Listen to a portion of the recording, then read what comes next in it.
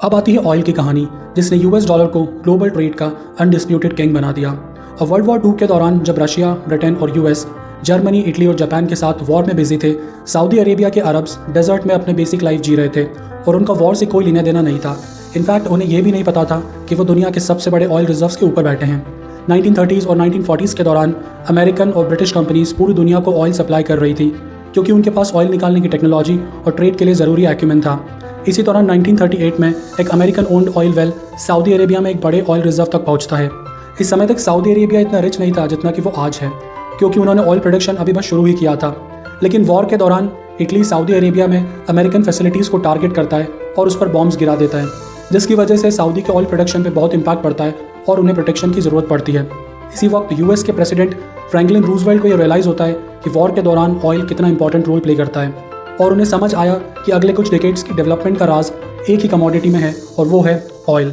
1945 में उन्होंने Saudi king के साथ एक मीटिंग की और एक हिस्टोरिक डील की। डील ये थी, यूएस सऊदी अरब को मिलिट्री प्रोटेक्शन और इक्विपमेंट देगा और बदले में सऊदी अरेबिया सिर्फ यूएस डॉलर्स में ही ऑयल बेचेगा।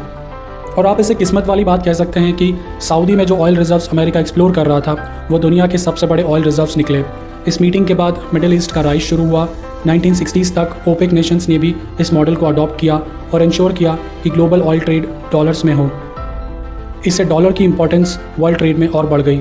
अब सवाल यह है कि ऑयल सिर्फ डॉलर्स में बेचना इतनी बड़ी बात क्यों थी, और कैसे इस मीटिंग ने यूएस डॉलर को दुनिया की सबसे पावरफुल करेंसी बना दिया।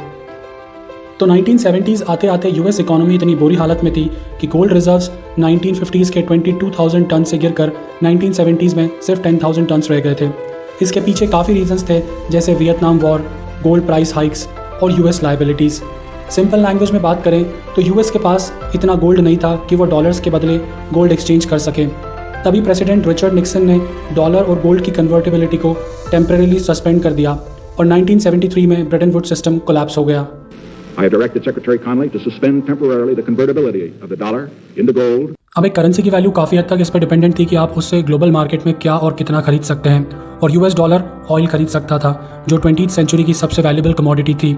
इसलिए ज़्यादातर कंट्रीज़ ने अपने फॉरेक्स रिजर्व्स डॉलर्स में ही रखे ताकि वो अरब से ऑयल खरीद सकें। लेकिन इसके साथ दूसरी करेंसीज जैसे यूरो, येन और युआन का ग्लोबल इन्फ्लुएंस भी बढ़ने लगा।